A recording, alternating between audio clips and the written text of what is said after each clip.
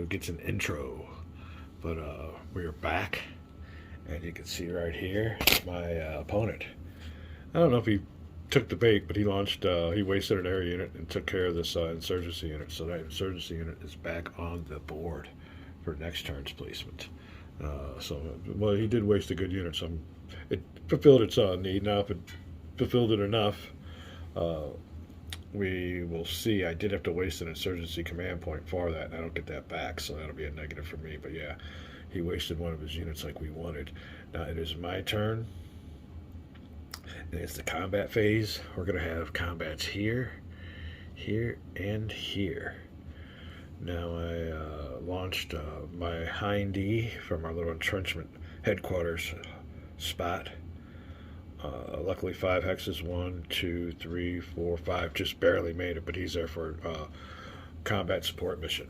It gives me column shift in my favor plus a +2 on my die roll modifier. Also launched an air strike or a close air support mission with one of my air units. He's got the CIA unit here. Let me show you where he's at. Not only that, but he's got a SAM site, entrenchments, CIA attack/transport helicopter. But here's the unit that we're worried about, because that's an electronic warfare engineers unit. He must have some kind of short-range radar, because anything within 3 hexes he can detect. So when I launched my air unit on an air mission, I had to kind of skirt this little spot and still stay within range. Now the air unit had a 30 hex range, which is anywhere around here, but my second air unit only has a 15 hex range. Can't go this way, which I would have made it, because I would have hit their detection range, and he might not have launched an intercept mission, because I've gotten my units are better class than his. But I didn't take that chance. I'll leave him here because I got other uses for another air unit. He's gonna be my interceptor in case he tries to go after that unit there. But I got to move that unit within my detection range, and that is these little triangles here.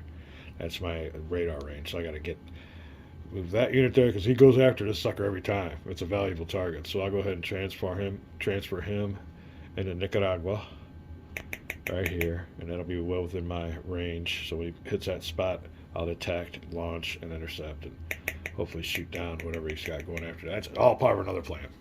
It gets complicated, I know, but it's fun complication. All right, so there you go. We got that going on. Like I said, he wasn't able to intercept because I skirted around, was able to come in from behind and get that going there. So that is it. I'm trying to think if there's anything else I need to know or need to tell you about. Oh, we got this unit here. Like I said, it's going to get transferred later on in the game. I think we're ready for combats. We'll be right back. All right, we're done with our combats. And it was a good combat for the communist players. We'll start over here. This attack here, I think, eliminated his unit. The score is now communist player 5, Salvadorans 6. Now the Salvadorans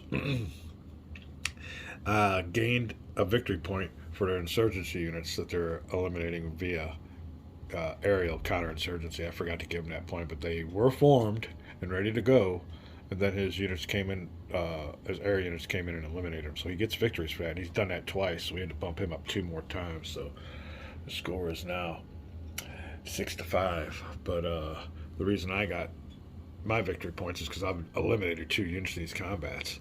This unit here was eliminated, and the other unit here was eliminated. So yeah, these 2 units here were attacking into this attack, so we couldn't advance. Insurgency units can't pursue or advance after combat. Only regular units can. Now, if a regular unit's with the stack of insurgency units, they can advance, but mandatory regular infantry units can advance. Insurgency units cannot take towns or advance on their own. This is my only ground-taking unit right there out of everybody. So, all right, so unit eliminated here, Ching, victory point. Unit eliminated there, Ching, victory point. I could have got another victory point for advancing into that town, but like I said, I can't advance. Now, my main attack here, this is key. I did this differently. I waited and did my soak-off attack toward units right here and here that needed to be attacked. I did all my attacks here on this unit, hoping that the results would get these units out of the way, and my soak-off attack against this hex wouldn't be against 2 hexes, and it worked out perfectly. He suffered a step loss. These 2 units right here were up here, and had to retreat 2 hexes. So step loss was given, and he retreated. I don't know where he's going to retreat to. I would have retreated 1, 2 hexes here. He might change it. So there's where I put him. Then I had a soak off attack, 1 to 2 odds, but I had a +1 die roll modifier because I was an insurgency unit, and it got like a 5. Plus that up to a 6, and that gave him a step loss and a mandatory retreat. Oh, here's this unit down here. I'm sorry. This unit down here. So this unit here was right here. I did my soak offs perfectly. Did the soak off at the end. Main attack here. Eliminated everybody from this hex so that my soak off attack was only against 1 hex and not 2. So, and then that was a great attack. At 1 to 2 odds, I still had a great die roll. It was a great attack all around, so he had to retreat. He was right here. 1, 2. So these are 2 units here that were here and here. Okay. This unit and this unit. This unit was here. This unit was here, and they've all retreated, and so on. So that is it. It is the end of my turn. My ground unit combat phase. We'll go to reserve movement. I just want to let you know what's going on. As far as my grand strategy goes, I don't know. It depends a lot on what he does. What he does, I would give out certain aspects of it, but I don't want to give any of it away. But it'll be fun when it happens. If it happens, we'll be back. All right, I sent the vlog on over to my buddy, and this is state of affairs. I retreated or air transported this special forces unit. This is the best unit I got. To this spot here, in range or detection range, these little triangles are my Messiah. Range of my radar all around Nicaragua. So that range goes all the way down there coming from here. And he is just inside. Now, I was going to put him here, but I don't want the dispute of my opponent that when the air unit gets there and hits that spot to attack him, that I can't intercept. So I put him 1 back, so as soon as he hits that, I'll intercept there, and that'll get us out of any dispute of whether when he gets into that spot, I can still intercept. So, yeah, I moved him 1 back and within detection range because he likes going after that unit. We'll see if he does. I've already called everything he did so far. I knew he was going to go ahead and waste units on that, so that's cool. But then again, it cost me points, so I don't know how good it was. But that was a really good phase by the El Salvadoran insurgents. But you can see here, we ain't really doing nothing. We're still along the border. Nice little, maybe, I don't know how wide these hexes are, maybe 80, 100 miles between us. And so I would say that the Salvadorans are doing good fighting off the attacks. Definitely. Now, the rebels got more up their sleeve, but the all-important victory points are only 1 point ahead of us. So no matter what goes on here, this here is what counts. So we're going to try to do that. Like I said, we got plans. This is a great game by Victory Games, Central America.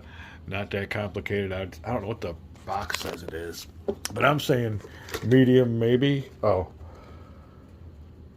yeah, they're on the high, medium to very high, and that is not true. I mean, we aren't incorporating everything, but when you do, you just add on different phases to the game. I mean, we're using all the phases except for the intervention phases, and that would include Soviet and U.S. units. So, I'd say when you're using all the options, high complexity, but on the low high complexity side. So I wouldn't say it's not that bad at all. It's a good game. Everybody always freaks out about these Victory Game simulations. It's like any other game. Riding a bike. Once you get to know it, it's a piece of cake, and you can enjoy the game and all the mechanics. This game here deals specifically in combined arms and bringing all your assets to bear, and that's basically what they do in all good games and in military theory in real life too. So we'll be back having fun, Central America, waiting on my opponent's response. It is the Salvadoran turn. Number 4. We'll be back.